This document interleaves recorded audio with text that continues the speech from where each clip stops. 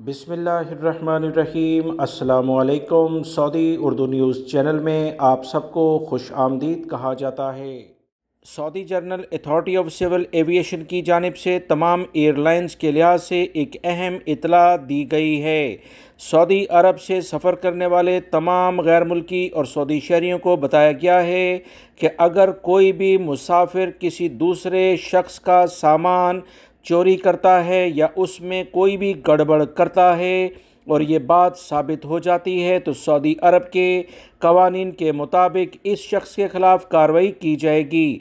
Airlines के लिहाज से जो आर्टिकल्स हैं उनके मुताबिक सऊदी अरब में ऐसे किसी भी शख्स के ख़िलाफ़ कार्रवाई की जाएगी जो दूसरे मुसाफिरों के सामान को चोरी करेगा या उसमें कोई गड़बड़ करेगा।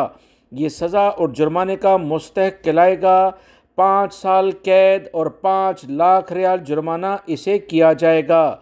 सऊदी अरब से सफ़र करने वाले कोई भी मुसाफिर हों, चाहे सऊदी शहरी या गैर मुल्की, कवानीन का जो एहतराम नहीं करेंगे, किसी दूसरे शख्स के सामान को चोरी करने की कोशिश करेंगे या उसमें किसी भी किस्म का कोई रद्दोबदल करने की कोशिश करेंगे तो दोनों सज़ाएँ 5 लाख रियाल जुर्माना या 5 साल कैद हो सकती है। सऊदी अरब में रहने वाले तमाम लोग इस खबर को ज़्यादा से ज़्यादा दूसरे लोगों से शेयर करें ताकि किसी भी लेवल पर कोई भी शख्स गलती की बिना पर या जानबूझ के कोई ऐसा कदम ना करे जिसकी बिना पर उसे बड़ी मुश्किलात हो सकती हैं। वीडियो लाइक करके शेयर भी कीजिएगा। अस्सलामु अलैकुम।